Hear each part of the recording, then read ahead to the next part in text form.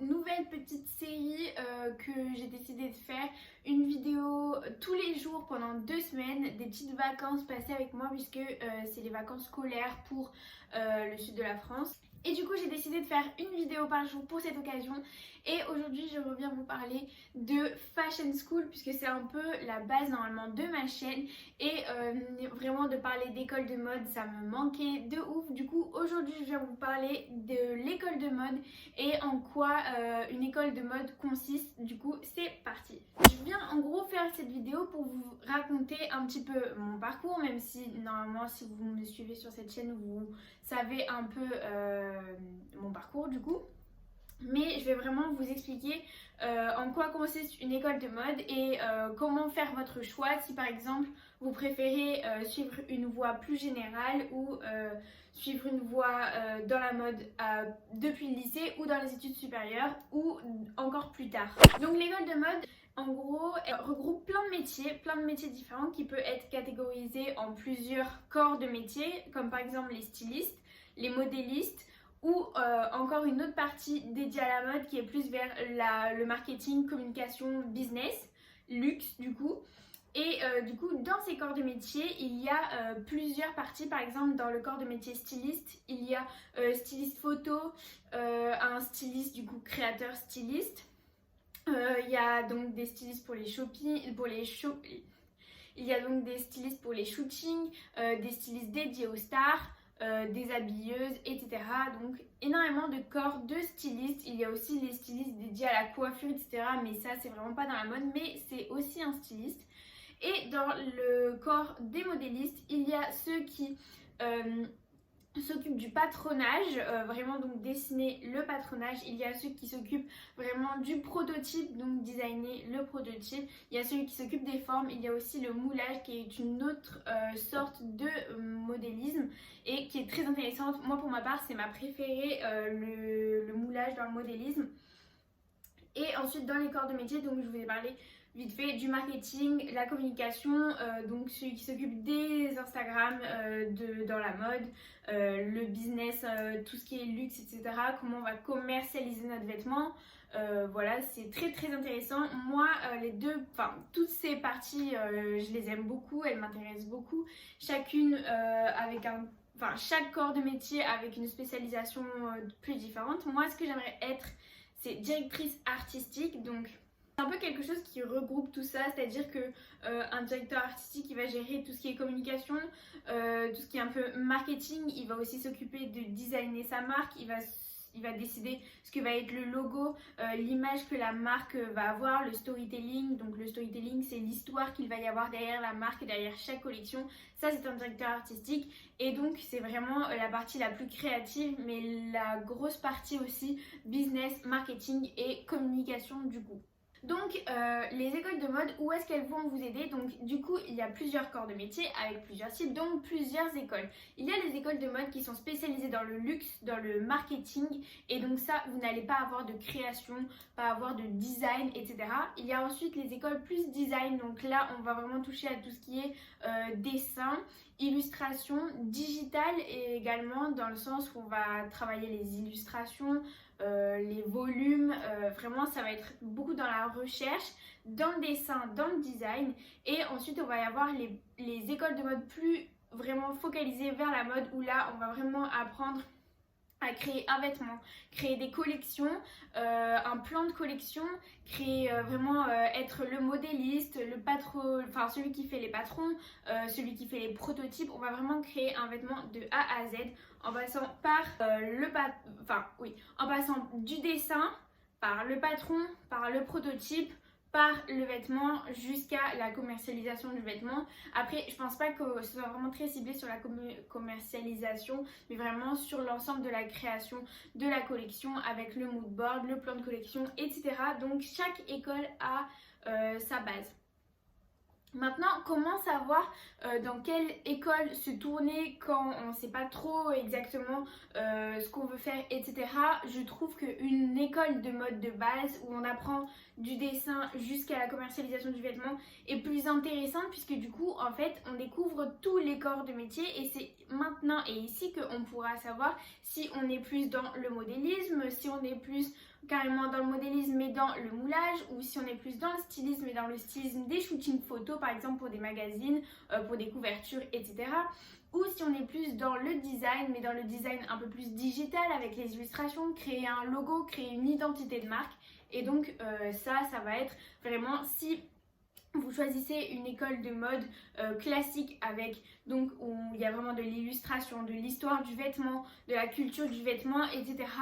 Là on va vraiment être sur quelque chose où vous pourrez exactement savoir ce que vous voulez faire et que vous ferez votre choix. C'est comme un peu une prépa entre guillemets. Du coup voilà, et ça généralement ça se fait en 3 ans, puis ensuite pendant 2 ans en master, si vous voulez continuer, vous pourrez du coup vous cibler dans un domaine plus particulier.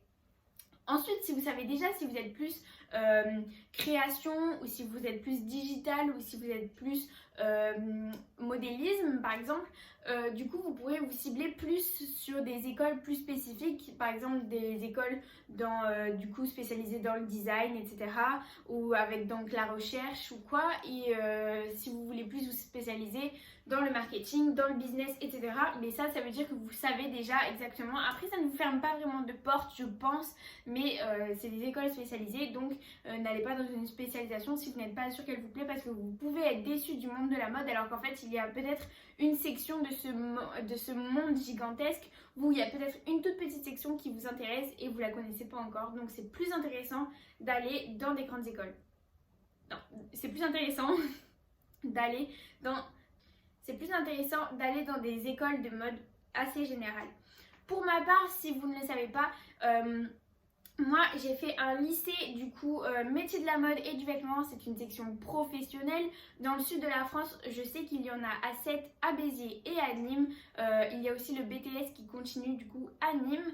Et ensuite pour le reste de la France, je ne sais pas, mais vous pouvez vous renseigner. Donc ça c'est vraiment pour le lycée. Si vous allez rentrer en seconde, du coup c'est en 3 ans et c'est un bac professionnel. Et là vous apprenez toutes les branches de la mode en passant de l'illustration, en passant par l'histoire de l'art, en passant par la création, le patronage, le moulage, les sections, les fiches produits, etc. Vous passez par tout, vous voyez tout et comme ça vous pouvez vous faire une idée très précise de ce que vous voulez. Ensuite, moi du coup je savais que je voulais être spécialisée dans le dessin, que je voulais vraiment être d'abord styliste. Je ne savais pas encore que je voulais être DA, donc directrice artistique. Je voulais vraiment être styliste, dessiner le vêtement, l'imaginer et que quelqu'un le crée pour moi. Donc je suis allée dans une école de mode qui s'appelle MJM, elle se situait à Toulouse. Et là du coup c'était une école de design option mode, donc je me suis dit il va y avoir beaucoup de dessins, etc.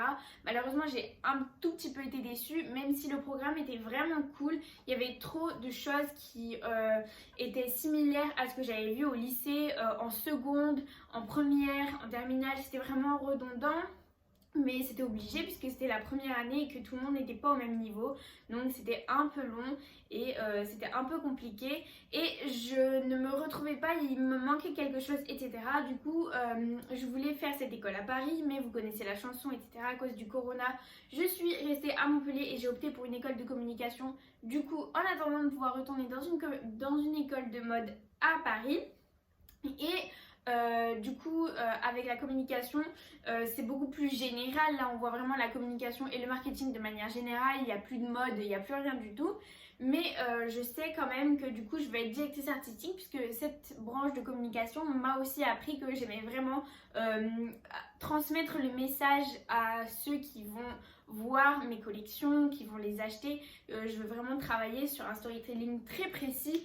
Et donc cette école de communication m'a beaucoup aidée. Maintenant on va parler plus précisément des matières que j'avais donc au lycée et des matières que j'ai eues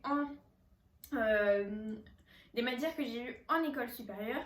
Donc au lycée j'avais donc des matières générales, les maths, l'histoire, le français, l'anglais, la physique-chimie et le sport.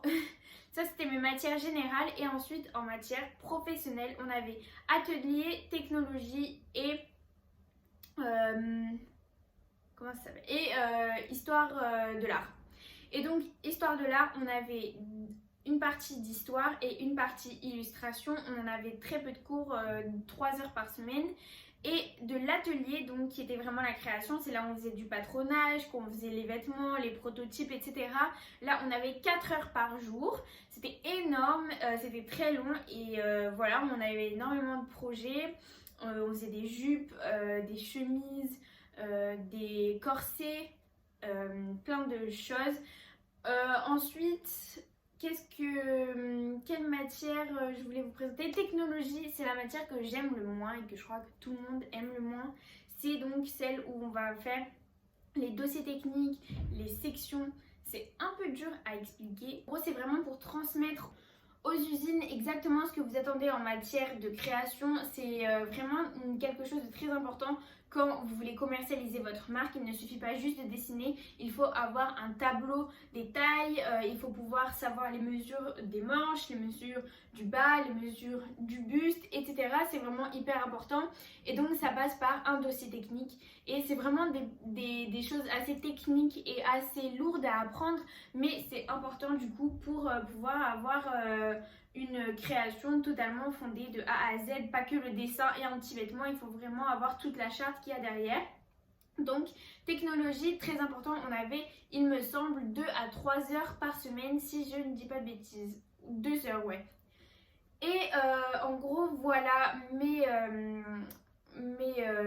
matières. Moi, si vous voulez avoir mes ressentis et mes notes, en première année, j'avais des très bonnes notes. Il me semble que j'avais 14 de moyenne. Première année, c'était assez bien, c'était correct. Je découvrais un peu le truc. En deuxième année, c'était hyper compliqué parce que j'arrivais pas trop à me mettre dedans, etc. Je pense que je tournais autour de 12-13. Voilà, c'était assez dur, ouais, c'était assez compliqué. C'était une année où on passait aussi le BEP. Donc le BEP, si vous ne savez pas ce que c'est quelque chose au-dessus du CAP en fait, où du coup ça prouve que vous avez certaines compétences et voilà, donc c'est un truc que vous passez forcément quand vous passez le bac pro. Et aussi donc on avait beaucoup de stages en deuxième année puisqu'on a un stage en première année, 2 stages en deuxième année et un stage en troisième année. Et les stages sont très importants dans votre formation puisqu'il vous permet de vraiment découvrir le métier sous un autre angle que le scolaire. Voilà, vous permet de voir le comportement des clients, les demandes qui peuvent être faites, le comportement aussi de ceux qui créent, comment ça se passe, l'échange dans le monde du travail, c'est hyper important. Du coup, choisissez bien vos stages, c'est très compliqué mais c'est vraiment hyper important. Moi, pour ma part, ça n'a pas été de très bonnes expériences. À chaque fois, il y a beaucoup de stages que j'ai pas beaucoup aimé, mais ça, je vais vous en parler après. Et du coup voilà, et ma troisième année, c'est vraiment là où je me suis épanouie puisqu'il y avait l'année du bac. Et en fait le bac en métier de la mode et du vêtement, donc le bac pro, et c'est très particulier puisqu'en fait on a un projet à réaliser en 120 heures avec un thème qui est donné et un vêtement d'exemple qui est donné. Il ne voulait pas donner mais vous pouvez le voir et ensuite vous devez l'adapter selon le thème et voilà, vous avez 120 heures pour ça et ensuite vous avez un oral à préparer à la fin pour expliquer du début jusqu'à la fin. Vous devez réaliser un prototype et le vêtement de base. C'est très long, c'est très compliqué, mais c'est vraiment ma période préférée de ma scolarité. On était vraiment libre, artistiquement.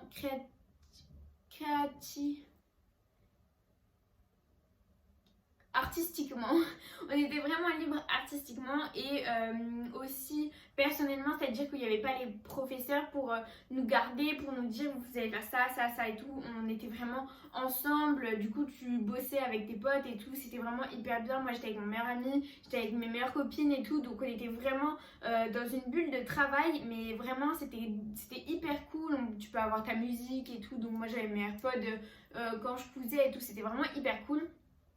Et voilà, donc ça c'est vraiment. Ensuite donc oui, il y a aussi d'autres matières où vous devez passer le bac, parce que c'est pas seulement ça votre bac. Vous avez ensuite un oral en anglais, vous avez ensuite votre bac de maths, physique, etc. On n'a pas le bac de français nous en première, on passe vraiment tout d'un coup et voilà, mais c'était vraiment cool. Ouais, voilà, c'est vraiment cool. Du coup, si vous voulez à peu près mes résultats, je les ai vus il n'y a pas trop longtemps pour les mettre sur Parcoursup, mais je sais qu'en gros, je l'ai eu avec mention bien, que je l'ai eu avec 15,75 et que voilà, après, bah, je sais que c'est divisé en plein de notes, c'est pas seulement le 120 heures, etc. Genre le 120 heures, ça divise en plein de catégories, suivant les matières, etc. Je sais pas si c'est très clair ce que je dis, mais en gros, votre note du 120 heures, elle est divisée avec la note du prototype, la note du résultat final, la note de votre patron, la note de vos dessins, etc. Du coup, voilà, c'était vraiment bien. Et ensuite, les matières générales, j'ai eu entre 14 et 19, sauf du coup en maths où j'ai eu 10, mais je suis nulle en maths, donc que voulez-vous, c'est pas grave. Mais du coup,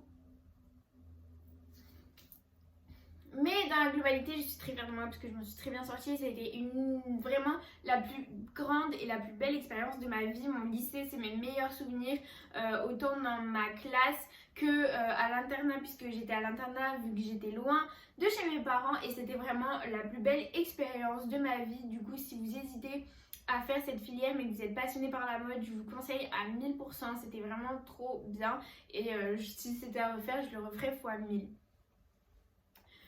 Du coup, pour en revenir au stage, la dernière petite partie, voilà, mes stages, j'en ai fait 2 au même endroit et 2 à d'autres endroits. Donc 2 que j'ai fait au quartier des tissus, donc c'était un magasin de tissus, et ça m'a énormément aidé puisque j'ai appris pratiquement toutes les matières, les tissus, les contrastes de couleurs. Vraiment, ça m'a appris énormément de choses, tout le matériel que j'ai dû ranger en mercerie, tout ça, je savais exactement quoi utiliser pour après, et ça m'a vraiment enrichi ma culture niveau matière, tissu, etc. Et j'ai eu beaucoup de chance de faire un stage là-bas, à mon sens. Et ensuite, j'ai fait 2 stages différents dans 2 ateliers de couture différents. Ça m'a pas plus plu que ça. Les ateliers de couture, moi j'aime pas spécialement la couture dans ma filière, j'aime pas spécialement créer le vêtement.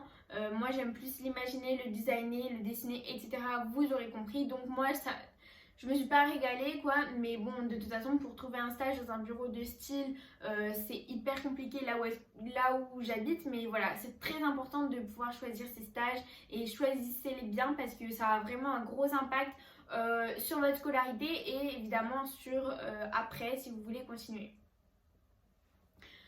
Ensuite, on va passer aux études supérieures et du coup, je vais vous parler un peu de mon école. Il me semble que j'en ai parlé dans la vidéo de mon parcours, mais je vais vous parler un peu des matières que j'avais si vous ne l'avez pas vue. Et si vous ne l'avez pas vue, je vous invite à aller la voir. Elle est disponible sur ma chaîne. Et du coup, pour mon école à MJM, il y avait donc des matières plus différentes et plus spécifiques qu'au lycée. J'avais d'abord style, ensuite création textile, infographie, illustration de mode, atelier, modélisme, et c'est tout. J'avais donc 6 matières. Et non, je dis n'importe quoi, j'ai oublié histoire de la mode. Et donc voilà, j'avais cette matière, il me semble, si j'en ai pas oublié, mais je crois que c'est ça. Et les matières, donc comme atelier, ça n'a rien changé, c'est exactement les mêmes qu'au lycée, j'ai fait exactement les mêmes vêtements, etc. C'est là où ça m'a vraiment pas plu. Et ensuite, histoire de la mode, c'était vraiment un gros complément de ce que j'avais eu au lycée puisque c'est ma matière préférée. J'adore l'histoire, j'adore la mode.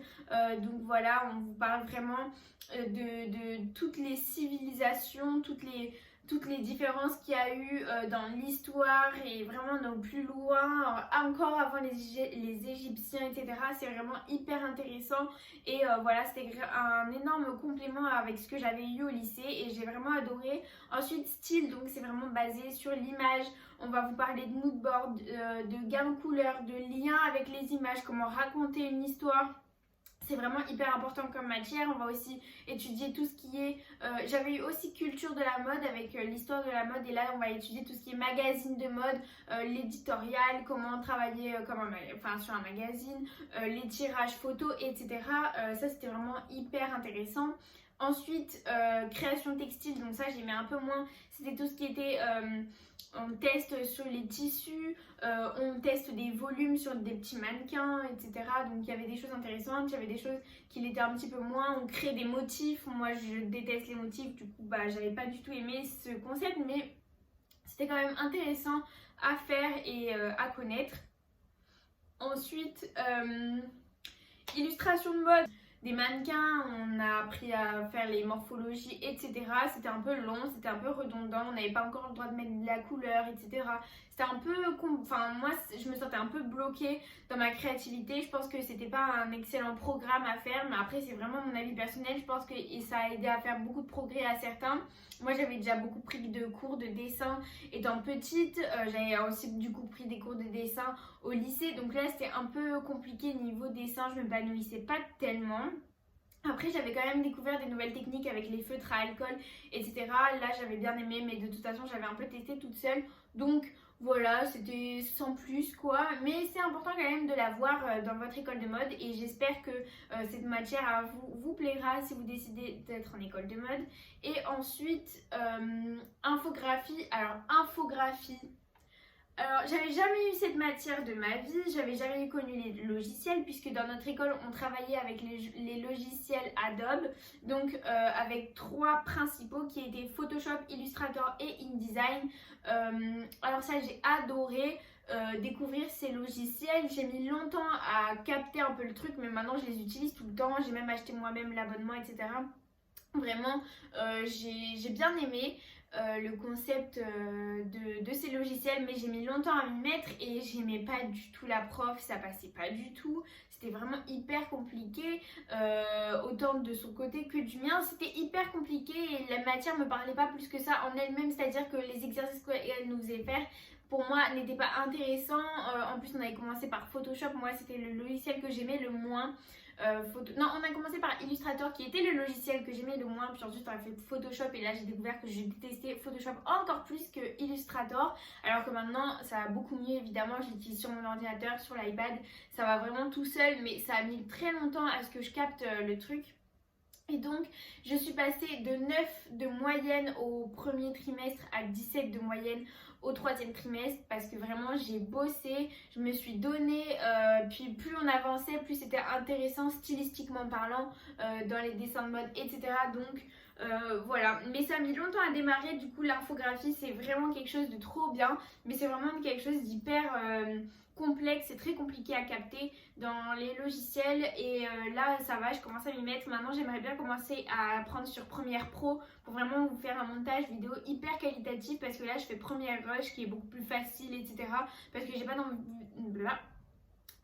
non plus envie de prendre 30 ans à monter une vidéo, c'est hyper long, ça m'énerve, du coup je la poste jamais. Du coup il y a énormément de vidéos que je n'ai jamais postées de ma vie, juste parce que j'ai vraiment la flemme de galérer à faire le montage. Donc voilà, mais j'aimerais vraiment commencer à bosser sur Premiere Pro, du coup voilà, on verra bien. Du coup ensuite comme autre matière il y avait modélisme, alors là...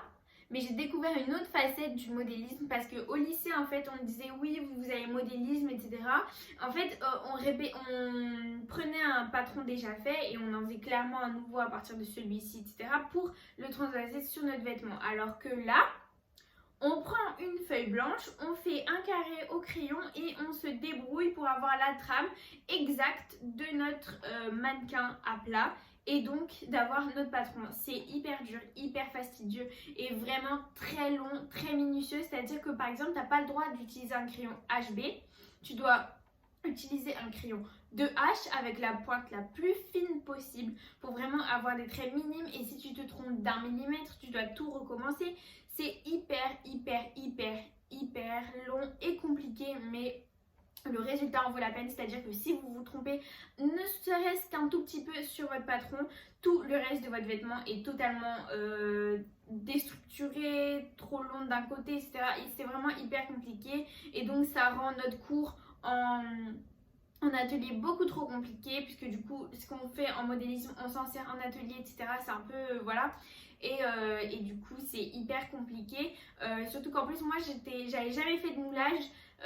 Au lycée, je sais qu'au lycée de 7 ils faisaient du moulage, nous on n'en avait pas fait et à l'école et j'étais pas là le jour où on avait fait du moulage, du coup j'avais un peu la haine et voilà, et j'ai loupé beaucoup de cours de modélisme aussi et ça c'est pas du tout bien.